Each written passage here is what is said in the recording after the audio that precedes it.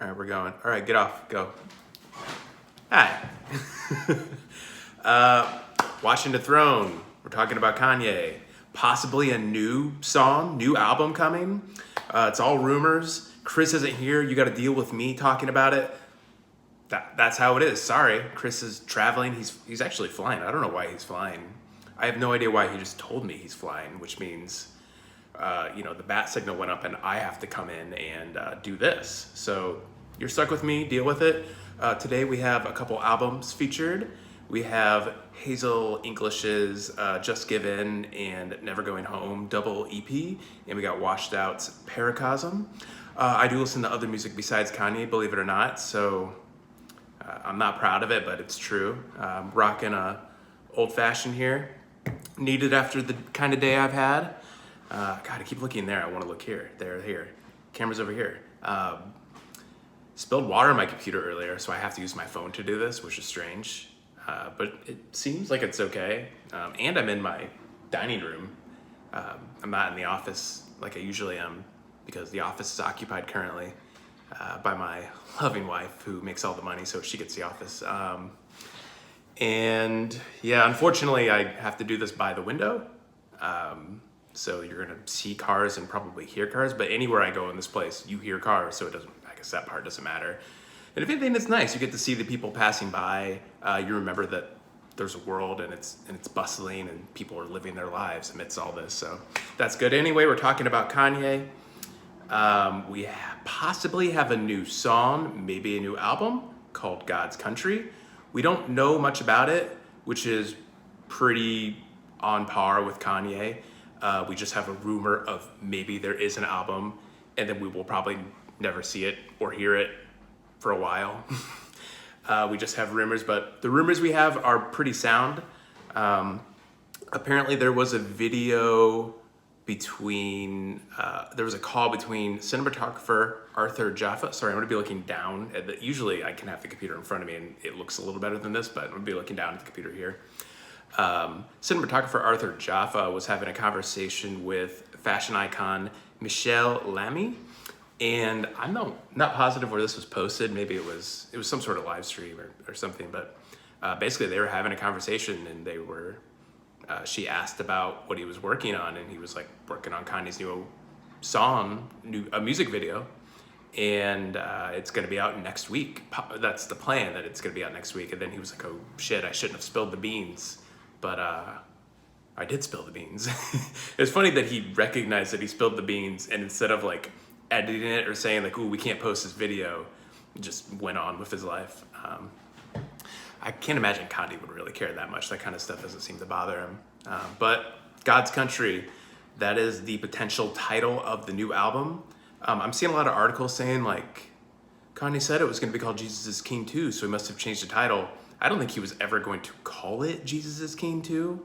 I think that's just what he labeled it because we have Jesus is King and it's just easy to call it Jesus is King 2. We have no idea if Dr. Dre's still involved, but God, I hope he is. And that's kind of all we have for now.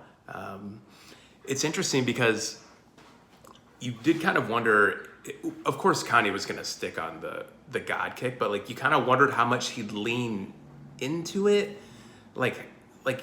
It'll be part of his work for sure for the foreseeable future. He's definitely entered into a new phase of his career where that's very gospel-y and Christian and God focused. But I myself kind of wondered, like, what does that mean though? Like, what are we gonna see? Because that's always been kind of the trend of Kanye, like post graduation, 808s, like he's really always looked at fame. And it's not like he's always looked at fame in the same way. Like 808s, My Beautiful Dark Twisted Fantasy, to Jesus, The Life of Pablo. Like there are all these ranging ways he looks at the topic of fame. And it's been this slow build towards God, where he's kind of finally eclipsed, thank you,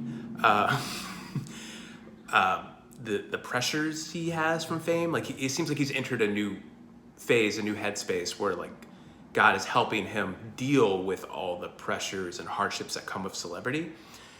So that it's still, obviously still an aspect of his work, but now God is the main focus. And now you have to wonder like how he's talking about God is going to shift from album to album.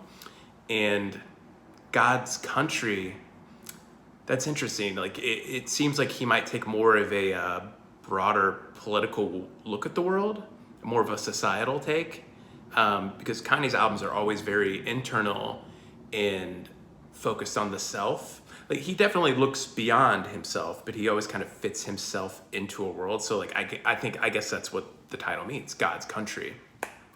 He's kind of well, in Jesus is King, he truly vanquishes the ego. It's been a long build of overcoming the ego. Of course, the ego really took hold on Jesus. It consumed him and defined him.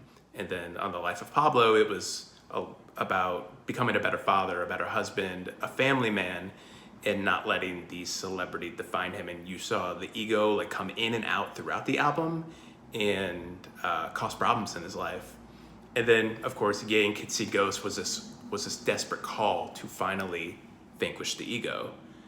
He confronted his other self, his, dealing with bipolarism on Ye.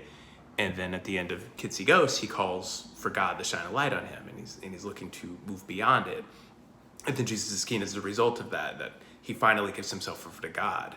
It's why he couldn't put out something like Yandi, which has a Jesus-esque title. It wouldn't have made sense for where he was at that point in his life. He needed an album that showed like, I'm ready to give that ego up. I'm ready to just like give myself over to God and say like, God is the true master. Like God is the one that controls everything. I can't be as in control as I think I've been or of my life this whole time. So what's the next step beyond that? That kind of seems like the end all in some sense, right? Like I've given myself over to God. I'm one of his people. I'm going to go preach the word of God, and the ego's gone. Like he's just one of God's soldiers now.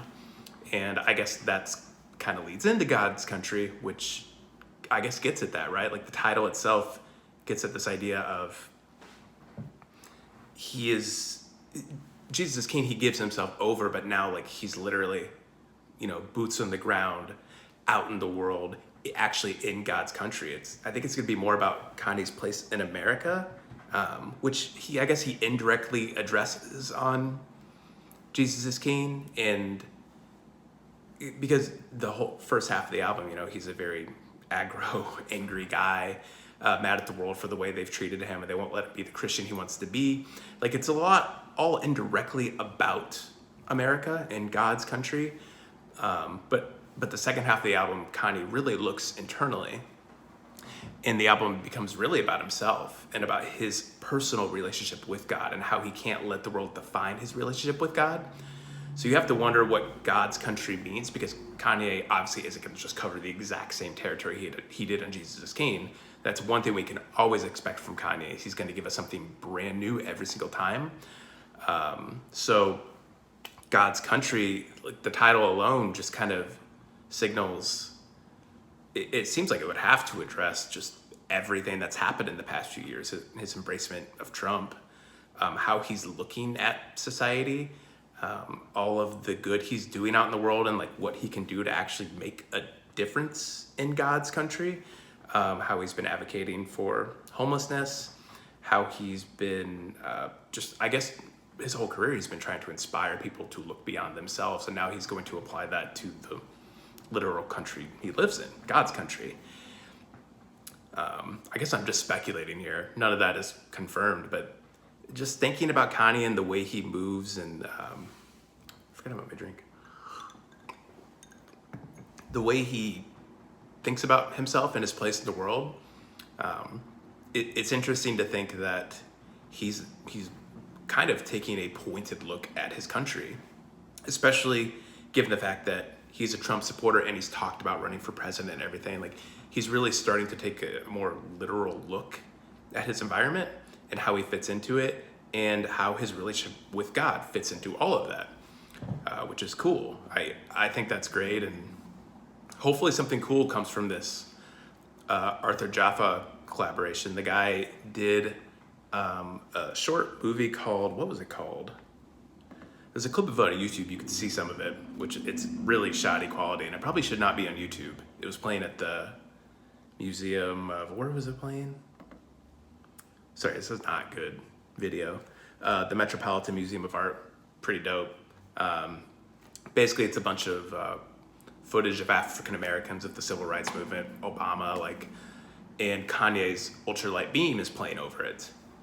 It looks cool. I would love to actually see it in person, but he's done a bunch of music videos. He's worked with Solange, and apparently he's working on whatever track this is, if it's called God's Country, if it's just part of an album called God's Country.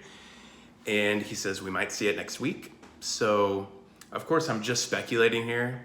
I guess I can speculate because I have the podcast and it's kind of my job. But yeah, I guess we'll find out everything we want to know next week if we actually see it. That's the one thing to remember with Kanye, is that every time we think we're gonna hear something or see something, we usually don't. Even the people working with Kanye probably don't even have a good idea of when or where or how you're gonna see or hear anything. So fingers crossed, hope we hear it next week. But if we don't, that's life, I guess, right? Anyway, thanks for watching. Sorry you didn't get to watch Chris talk about all this. Sorry about my hair. Really sorry about the hair, actually. I can't do anything about it. I usually try to tame it and mat it down and put in some gel and shit, but the frizz is clearly taken over. I have a fro for the first time in my life, and I think I'm just gonna go with it because who cares? Get that Shia LaBeouf look going. Anyway, thanks for watching, and check out the podcast, Watching the Throne. Obviously, we go through Kanye's music. We go through all of Kanye's songs line by line. We actually have gone through all of his solo albums and Kids See Ghost. Right now on our Apple feed or on our public podcast feed, all the episodes are taken down. We have them on our Patreon page because we're going to be taking the show in a slightly different direction. So if you want to listen to all those past episodes, you just go to patreon.com/Kanye podcast. You can hear them for $5 a month. And if that sounds steep to you, sorry, we're just trying to finally get some sort of income for this show. We've never really made money off it. And we're going to be throwing a lot more perks your way in the coming months on Patreon. So hopefully your money would be worth it. But anyway, that's it for now. Thanks for watching.